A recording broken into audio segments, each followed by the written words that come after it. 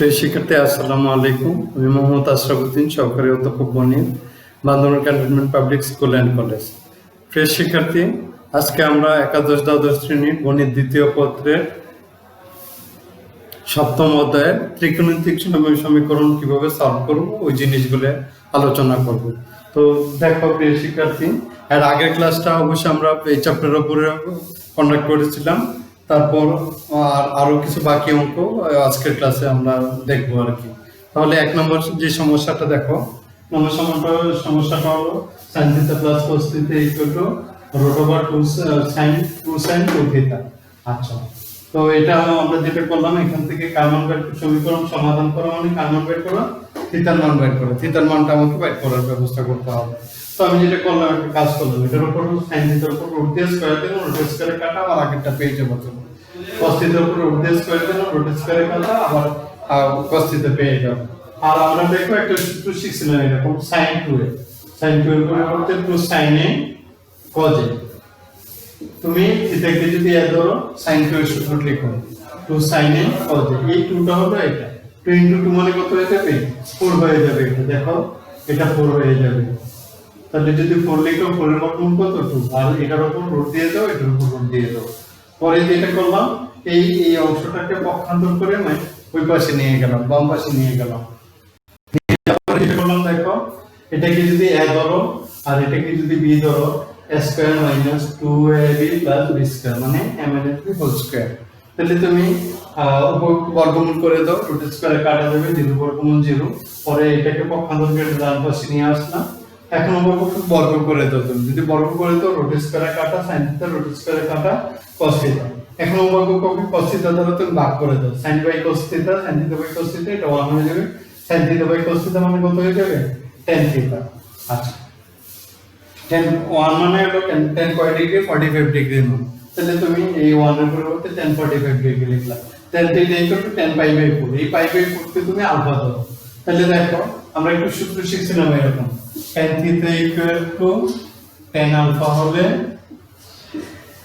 Theta equal to n pi plus alpha. তাহলে theta মানে এটা, থিটা ইকুয়াল টু সূত্রের n পাই প্লাস আলফা বলতে পাই বাই 4। n এর পরিচয়টা কি? n টা হলো এখানে z, যেখানে n belongs to z। z মানে কি? পূর্ণ সংখ্যা।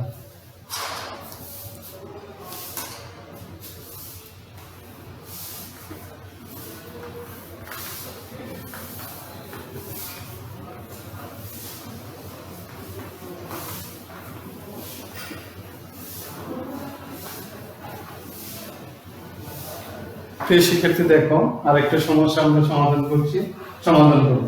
sin x plus root 3 cos x equal to root 3। তো এটা সমাধান করতে বলছি। এই টাইপের সমস্যাগুলো সমাধানের টেকনিকটা হলো, তোমার অঙ্কগুলি দেখে আগে তোমাকে চিনে নিতে হবে। অঙ্কগুলিতে sin থাকবে, cos থাকবে, sin এবং cos থাকবে, sin এর এবং cos এর স্কয়ার থাকবে না। তো এরকম যদি হয়, কেবলমাত্র sin থাকবে, cos থাকবে, sin স্কয়ার, sin কিউব এরকম কেউ থাকবে না। যদি এই টাইপের অঙ্কগুলি দেখো, কেবলমাত্র sin cos এবং একঘাতি মানে পাওয়ার থাকবে না, তখন তুমি রাফে একটা রুট ওভার দিবে। দেওয়ার পরে এই যে দেখো, এখানে sin এর সহগ কত? 1। এই সহগটাকে বর্গ করো।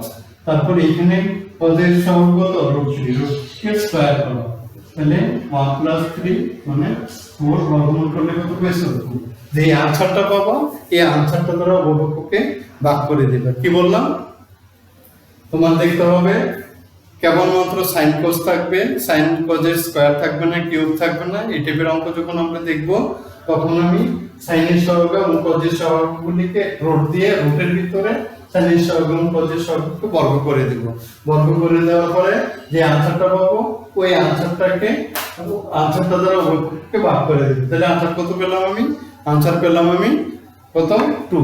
তাহলে 2টা তুমি এখন এখানে মনে হয় একটা 1 আছে, তাহলে 2 দ্বারা ভাগ করে দাও। যে ভাগফলটা, যে আনসারটা পাবো, এটা দ্বারা আমি ভাগ করে দেব। 1/2 sin x √3/2 cos x √3/2। আচ্ছা, এখন তুমি এই sin x টা এটা লিখো, এই হাফের পরিবর্তে sin তুমি কয় ডিগ্রি লিখতে পারো? 30 ডিগ্রি মানে হলো হাফ। ঠিক এই cos x লিখলাম, এই √3/2 এর পরিবর্তে cos পাই বাই 6 লিখবা, মানে cos 30 ডিগ্রি মান হলো রুট ওভার 3/2। তুমি ইচ্ছা করলে আমি এটাকে সাইনের মান লিখছি, তুমি cos এর মান লিখতে ভুল হবে না। পরে দেখো আমরা একটু সাজাই লিখলাম cos x cos pi by 6 sin x sin pi by 6 root 3/2। দেখো আমরা একটু সূত্র করছিলাম এরকম cos a minus b a plus a minus b, এর সূত্র হলো cos a cos b minus sin a sin b plus sin a sin b। তাহলে দেখো এটাকে a ধরো তুমি আর এটাকে b ধরো, cos a cos b plus sin a sin b, তাহলে cos a minus b cos a minus b। বামে যেটা লিখবা তুমি ডানটাকে ওইটার মতো করে, বামে কোন সূত্র অ্যাপ্লাই করলাম cos, অতএব cos স্কয়ার ডিগ্রি মান ডান পাশের যে সংখ্যাটা থেকে যাবে এটা cos স্কয়ার ডিগ্রি মান, তোমাকে ওইটা ওই বুদ্ধি করে লিখতে হবে, এটা আবার সাইনে লিখলে হবে না। বামে যদি cos লিখো ওইটা cos স্কয়ার ডিগ্রি মান আছে ওইটা লিখতে হবে। তাহলে আমরা যদি cos 30 ডিগ্রি মান পাই বাই 3, তাহলে cos x minus pi by 6 equal to cos pi by 6। আমরা একটা সূত্র শিখছিলাম দেখো, cos theta equal to cos alpha হলে theta equal to 2n pi plus minus alpha, ওই সূত্রটা অ্যাপ্লাই করবে এখানে। তাহলে এইটাকে x ধরলাম, cos বা থিটা ধরলাম cos থিটা, আর এটাকে আলফা ধরলাম cos theta equal to cos alpha হলে থিটা ইকুয়াল টু মানে x minus pi by 6 equal to 2n pi plus minus alpha, alpha মানে পাই বাই 6। এই পাই বাই 6 টাকে প্লাস করে ডানে নিয়ে যাও, ডানে নিয়ে যাওয়ার পরে প্লাস চিহ্ন ইউজ করো, একবার প্লাস চিহ্ন ইউজ করে x এর একটা মান এটা পাবো, আবার যদি মাইনাস চিহ্নটা ইউজ করে এই যে মাইনাস চিহ্ন ইউজ করলে এটা কাটা যাবে 2n পাই হবে, যেখানে n belongs to z।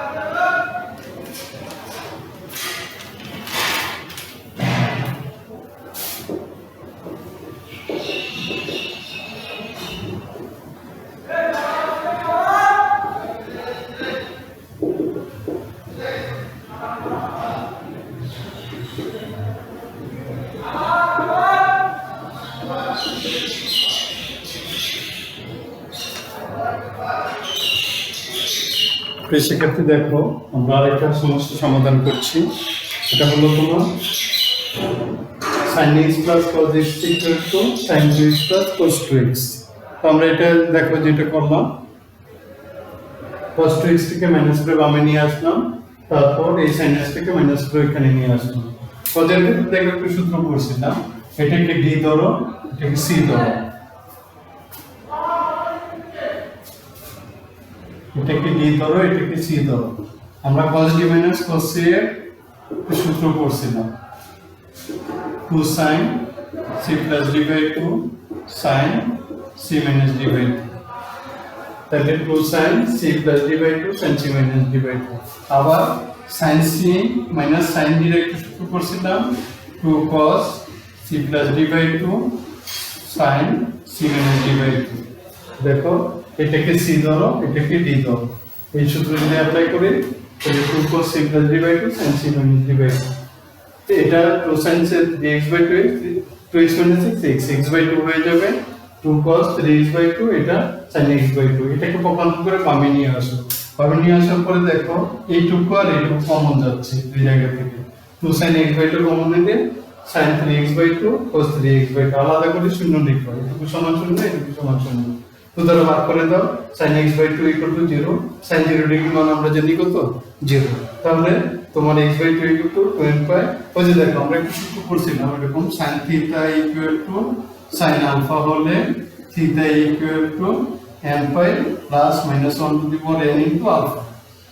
তাহলে alpha এখানে কাকে ধরলাম 0 কে, তাহলে n pi plus minus 1 to the power n into alpha, এটা টোটালি 0 হয়ে যাবে, তাহলে n pi হবে, তো দ্বারা গুণ করে দাও, তাহলে x equal to 2n pi।